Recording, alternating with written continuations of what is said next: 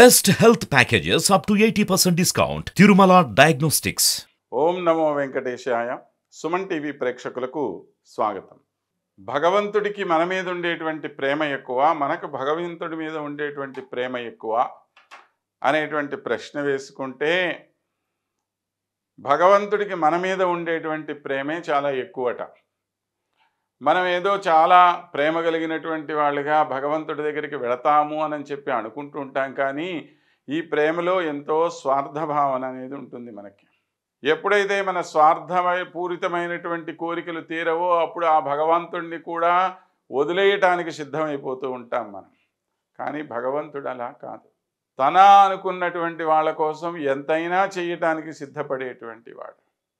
ఎప్పుడో ఒక్కసారి ద్రౌపది అన్నా అని పిలిచినంత మాత్రాన తాను అవతార సమాప్తి చేసుకుంటున్నటువంటి సమయంలో కూడా ఉద్ధవుడితో అంటాడు ఆయన, అయ్యా ఆనాడు ఆ ద్రౌపది అన్నా నన్ను పిలిస్తే ఆమెకి నేను చెయ్యవలసినటువంటి ఉపకారం చెయ్యలేకపోయానేమో అని చెప్పి ఈరోజు కూడా నేను బాధపడుతున్నాను అని చెప్పి తన బాధనంతటినీ కూడా వ్యక్తపరుస్తాడు ఆయన ముందు.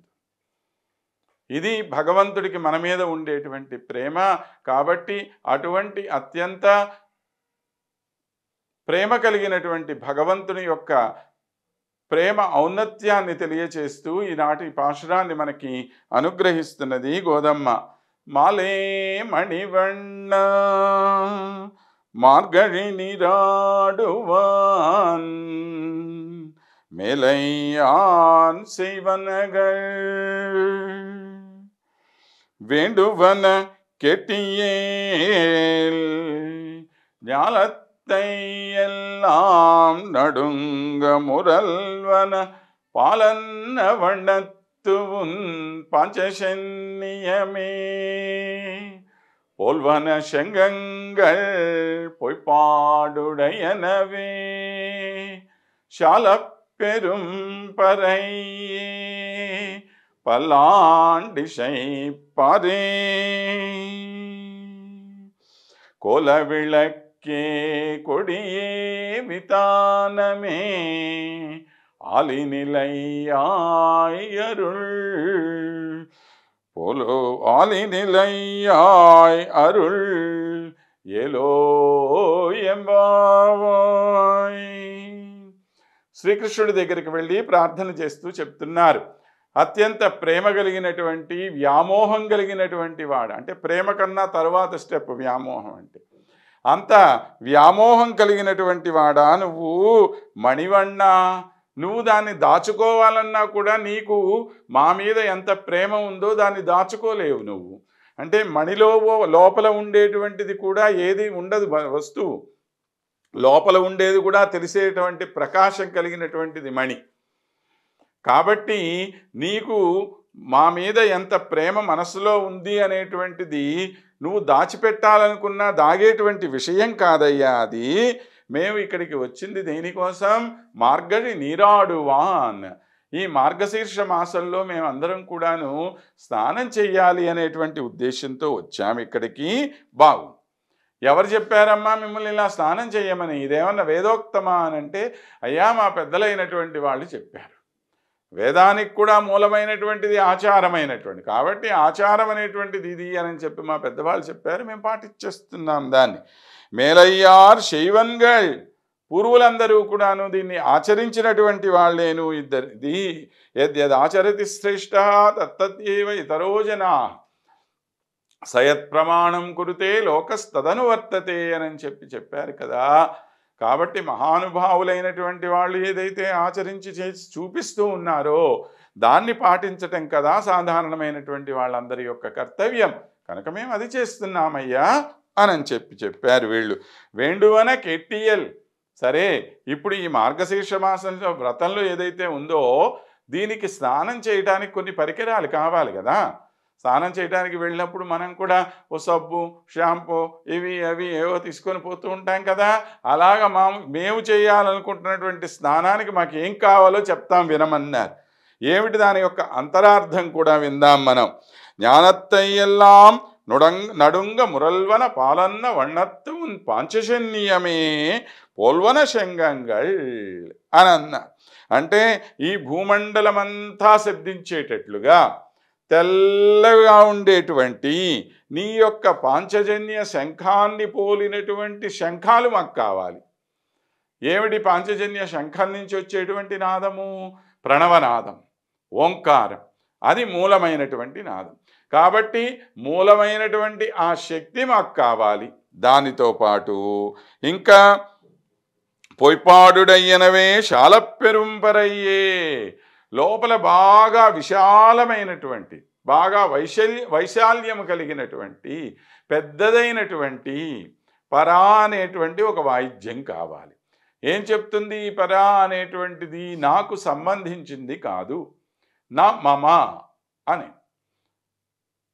అంటే దీనిలో నాకు ఏ విధమైనటువంటి స్వార్థ భావన లేదు అని చెప్పి తెలియచేసేటువంటిది. అది మాకు కావాలి. అంటే ఆ గుణం పెంపొందాలి మాలో అని చెప్పి అడిగారు. పల్లాంటి శైప్పారే, మంగళం గీతాలు పాడేటువంటి వాళ్ళు కావాలి మాకు. ఎందుకని? మనం ఇంతకు ముందు కూడా చెప్పుకున్నాము, మంగళం పాడటం అనేటువంటిది చాలా ప్రధానమైనటువంటి కార్యం స్వామి యొక్క సేవలు. కనుక అటువంటి మంగళం పాడేటువంటి వాళ్ళు మాకు కావాలి. కోలవిళక్కే అన్నారు, ఒక మంచి మంగళ దీపం కావాలి అన్నారు. ఎవరు ఈ దీపము అంటే శ్రీరంగ హర్మ్యతల మంగళ దీపరేఖాం అని చెప్పి పరాశర భట్టరు వారు శ్రీగుణరత్న కోశంలో అమ్మవారిని వర్ణిస్తారు.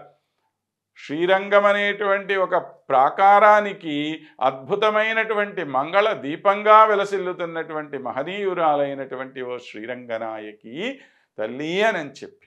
కాబట్టి ఆ లక్ష్మీదేవి కూడా మాకు కావాలి. ఎందుకని? లక్ష్మీదేవి లేకుండా పరమాత్మని మనం ఎప్పుడూ ఆరాధించకూడదు. ఇద్దరినీ విడివిడిగా ప్రార్థించినప్పటికీ, అంటే స్వామిని ప్రార్థించడానికి ముందుగా అమ్మవారిని ప్రార్థిస్తారు. ఎందుకని?